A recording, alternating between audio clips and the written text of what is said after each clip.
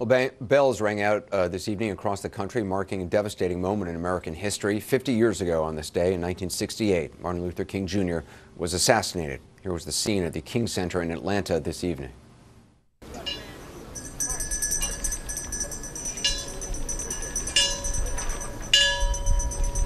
The bell rang 39 times, symbolizing Dr. King's age when he was assassinated at the Lorraine Motel in Memphis. At that site, now home to the National Civil Rights Museum, there was a day-long tribute honoring his life and his legacy.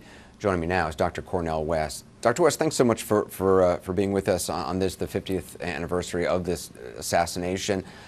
It's so interesting how history changes the way somebody is perceived. And it's very easy. This happened with Muhammad Ali as well, but certainly with Dr. King, his legacy, I mean, his life is probably so different and his message is so different than sort of a sanitized version of it, which has become kind of the common way he's seen today. Yeah, I think we're reaching the conclusion that Martin Luther King Jr. was an extremist when it came to love, extremist when it came to justice. And what that meant was that he was willing to tell the truth. The condition of truth is always to allow suffering to speak. He comes from a people who've been terrorized, traumatized, and hated for 400 years. We've taught the world so much about love and connected it to justice with an unbelievable level of courage and vision. But it's a sad day. It's a very tough day. It's a solemn day. It's a sober day because something died in all of us who are concerned about each other. When you think about Brother Martin shot down like a dog there outside of room 306 in Lorraine Hotel in Memphis. And the important thing, Brother Anderson, is that Martin Luther King Jr., he loved you, he loved me, he loved Muslims, Mexicans, he loved Palestinians and Jews, he loved Dalit, he loved Roma. He was a love warrior. He was an intellectual and spiritual love warrior. And yet, I mean, that message today, I wonder how it would be perceived, particularly at this political moment in our history. It's very easy to embrace him now that he's not here and not speaking about issues which probably would alienate a lot of people from him.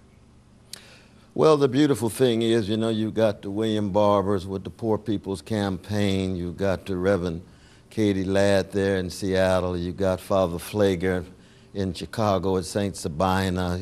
You have Mark Ridley Thomas in Los Angeles. There's a wave of people who are keeping his legacy alive in a variety of different contexts. You got some progressive rabbis, progressive ministers and temples and Muslim mosques and so forth.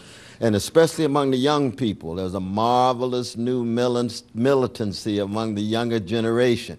You got the teachers' unions in Kentucky, in Oakland, who are keeping alive his legacy. And most importantly, you have the critics of the empire. Most importantly, you have those who are keeping track of the bombs, keeping track of the wars, keeping track of the house raids, the detentions, the tortured sites, and so forth. See, Martin Luther King Jr., he had a love supreme. He was concerned about each and every human being. A Vietnamese baby had exactly the same value as a black baby in Alabama, a brown baby in East Los Angeles, a red baby on the reservation, or a white baby in Newtown, Connecticut, or Parkland High in Florida. That's the kind of person that he was. He was a free black man. He was a Christian minister. He was a moral titan. He was a spiritual giant, but he was still not perfect. He was not pure. He was human like me. He was human like you, but he decided to be a love warrior, not just a polished politician. That's that neoliberal talk about being smart. No, smartness was not enough. He wanted wisdom and courage, and most importantly, he was willing to pay a cost. He was willing to go to the edge of life's abyss, to step out on nothing and land on something, and what he landed on was a legacy that's passed on to the younger generation. We'll see, because his afterlife will be manifest in the kind of lives we live, not the superficial lip service, not the pretentious posturing, but who's willing to live and who's willing to die for justice, for freedom. Well, I think one of the things he said, and I don't want to misquote it, but I think he said something to the effect that he would rather die than live a life of fear or live in fear.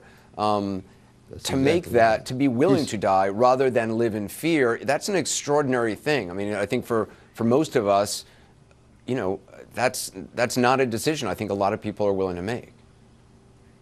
No, but Brother Martin said that I would rather be dead than afraid. And that's why he said in the end that most people don't understand who I am. They don't understand my calling. They don't understand my commitment. Because you see, as a Christian, he was willing to live in the world and not of it. He was willing to learn how to die every day by calling himself into question, to be reborn into a better person, and to be willing to give of himself. He's like Al Green, though, brother. At the end of an Al Green concert, he is about to collapse because he gives of himself. He empties himself. Martin Luther King Jr. emptied himself. When he was in that coffin, he had the body of a 65-year-old, just like Charlie Parker. Why? Because he gave everything. The gifts that he had, he cultivated, and he gave it back in terms of his intellectual work, his moral work, his spiritual work, and his Christian prophetic witness. And unfortunately, in the age of neo-fascist stirrings in Hungary and Poland and the U.S. White House, as well as in Kenya and other places, that kind of love and justice is being pushed to the margins, but it is coming back. There's a spiritual and moral awakening in this nation and around the world. And many of us are willing to go down swinging, to stay on that love train, to stay on that justice train, and make sure that we put a smile on the face of Brother Martin from the grave. We'll never forget him, Fannie Lou Hamer, Ella Baker, Ida B. Wells Barnett, Rabbi Abraham Joshua Heschel, Edward Zaid. They're all part of a cloud of witnesses. And it's a beautiful thing to be part of that cloud. And Brother Martin, he's at the center of it. You usually get in a Coltrane reference, but you did get an Al Green reference, which I love and appreciate. Dr. West, always a pleasure. Thank you. Love you, though, brother. You stay strong now. Thank you. We'll be right back.